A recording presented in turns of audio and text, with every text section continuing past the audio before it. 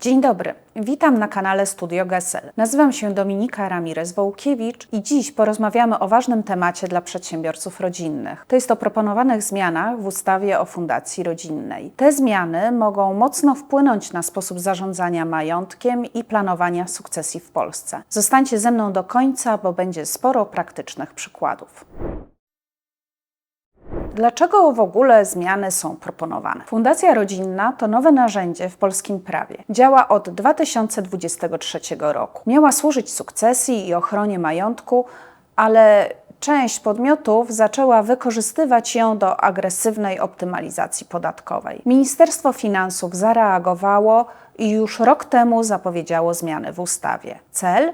Uszczelnienie systemu i powrót do pierwotnej funkcji fundacji rodzinnych. A teraz o najważniejszych zmianach proponowanych przez ministerstwo. Po pierwsze, lock-up na aktywach na 36 miesięcy. To najbardziej rewolucyjna zmiana. Fundacja rodzinna nie sprzeda aktywów wniesionych przez fundatora lub osoby powiązane przez 36 miesięcy, jeśli chce zachować zwolnienie podatkowe. Data graniczna to 31 sierpnia 2025 roku. Zakładając, że ustawa będzie obowiązywać od 1 stycznia 2026 roku, aktywa wniesione do tej daty, to znaczy do 31 sierpnia 2025 roku, mogą być sprzedane w 2026 roku i latach następnych bez podatku CIT. A natomiast aktywa wniesione po tej dacie, to znaczy po 31 sierpnia 2025 roku,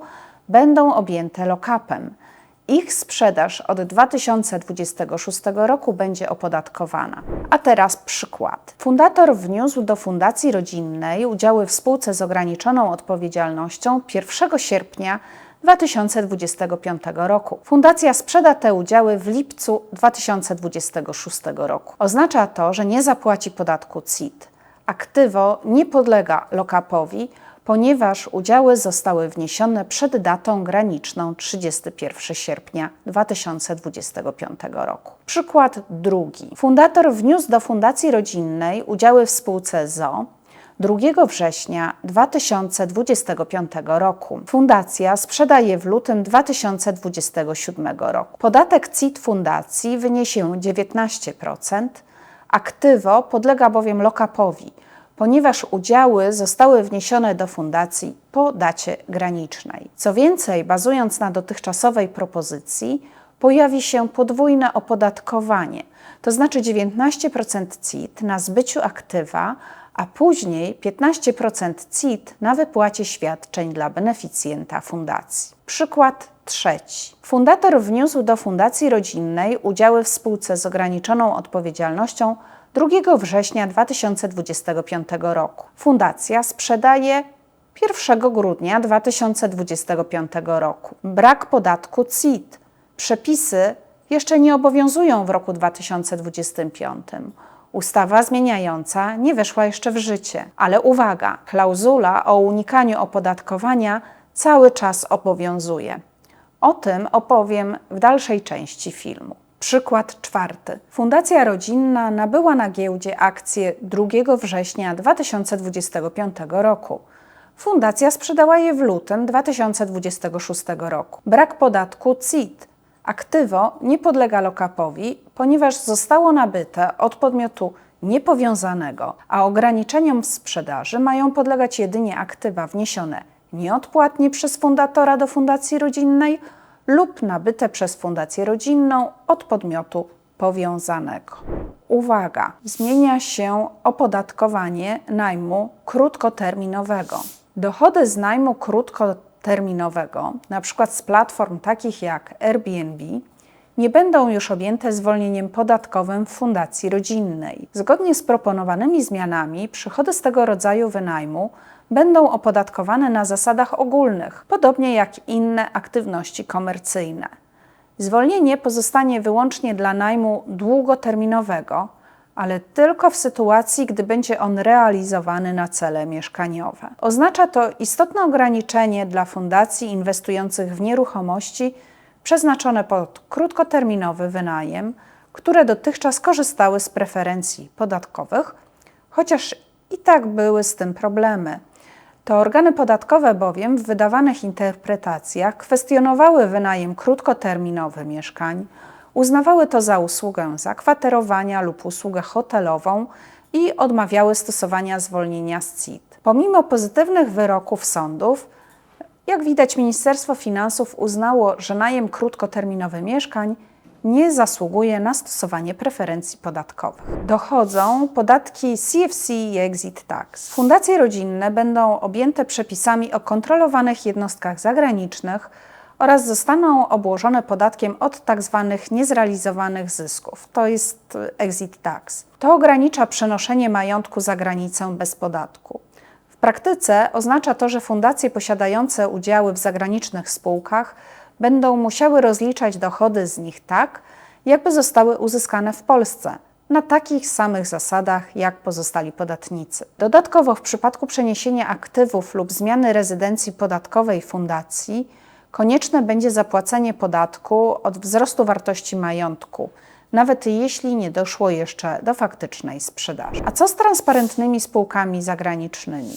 Doprecyzowano zasady opodatkowania dochodów fundacji z udziału w zagranicznych spółkach transparentnych podatkowo, np. luksemburskich lub estońskich. Dochody osiągane za pośrednictwem takich podmiotów będą traktowane tak, jakby zostały uzyskane bezpośrednio przez fundację i podlegały opodatkowaniu w Polsce. Dzięki temu fundacja nie będzie mogła korzystać z mechanizmów podatkowych opartych na różnicach w kwalifikacji dochodów między państwami. Zmiana ma na celu zamknięcie luki wykorzystywanej przez część podmiotów do korzystania z możliwości niepłacenia podatku dochodowego w różnych krajach. Ukryte zyski. Rozszerzono katalog tzw. ukrytych zysków. Obejmie teraz także pożyczki udzielane fundatorowi i osobom powiązanym. Oznacza to, że udzielanie takich finansowań będzie traktowane jako wypłata świadczenia na rzecz beneficjenta i zostanie obciążone podatkiem dochodowym od osób prawnych. Nowe przepisy mają zapobiegać sytuacjom, w których fundacja formalnie nie wypłacała zysków, ale w praktyce przekazywała środki fundatorowi lub osobom fizycznym powiązanym z fundacją rodzinną w formie pożyczki. Chodzi tutaj o pożyczki udzielane na okres co najmniej 10 lat lub takie, które nie są zwracane w terminie. Tym samym ustawodawca dąży do zrównania opodatkowania wszystkich sposobów korzystania z majątku fundacji rodzinnej. A teraz kilka słów o klauzuli obejścia prawa. Warto pamiętać o klauzuli GAR, czyli ogólnej klauzuli przeciwko unikaniu opodatkowania. Jeśli fundacja zostanie wykorzystana instrumentalnie, na przykład do szybkiej sprzedaży aktywów takich jak udziały i akcje i wypłaty środków dla beneficjentów fundacji, organy podatkowe mogą zakwestionować całą operację jako sztuczną. I przykład. Fundator wnosi akcje w grudniu 2024 roku do fundacji rodzinnej. Fundacja sprzedaje je w styczniu 2025 roku. Środki są wypłacane beneficjentowi w lutym 2025 roku. Szef Krajowej Administracji Skarbowej może uznać, że celem było wyłącznie uniknięcie PIT i zastosować klauzulę obejścia prawa podatkowego. Co więcej, już są pierwsze kontrole podatkowe prowadzone wobec osób, które wniosły darowizną do fundacji rodzinnej udziały w spółkach zależnych. W następnej kolejności fundacja rodzinna zbyła te udziały bez podatku dochodowego. A jak wygląda ścieżka legislacyjna? Projekt ustawy został opublikowany 29 sierpnia 2025 roku w godzinach mocno popołudniowych i obecnie znajduje się na etapie konsultacji. Nie wiadomo jeszcze, czy w obecnym kształcie ustawa zostanie uchwalona przez Sejm i Senat, czy zostanie zaakceptowana przez prezydenta. Jeśli tak się stanie, nowe przepisy wejdą w życie 1 stycznia 2026 roku. Należy też pamiętać, że powinna zostać opublikowana w Dzienniku Ustaw najpóźniej do 30 listopada 2025 roku. Co to oznacza dla rynku? Jeśli zmiany zostaną wdrożone, fundacje rodzinne pozostaną atrakcyjnym narzędziem sukcesji, ale ich funkcja podatkowa zostanie ograniczona. To może wpłynąć na decyzje inwestycyjne, strukturę majątkową firm rodzinnych i ogólną atrakcyjność tego rozwiązania dla polskich przedsiębiorców. Już teraz obserwujemy wstrzymanie się z decyzjami inwestycyjnymi fundacji rodzinnych, na przykład w nieruchomości na wynajem. Dziękuję Wam za uwagę. Jeśli prowadzicie fundację rodzinną albo planujecie jej założenie, koniecznie obserwujcie rozwój sytuacji. Zostawcie komentarz, jeśli macie pytania i nie zapomnijcie zasubskrybować naszego kanału, żeby być na bieżąco z najnowszymi zmianami w prawie. Do zobaczenia w kolejnym materiale.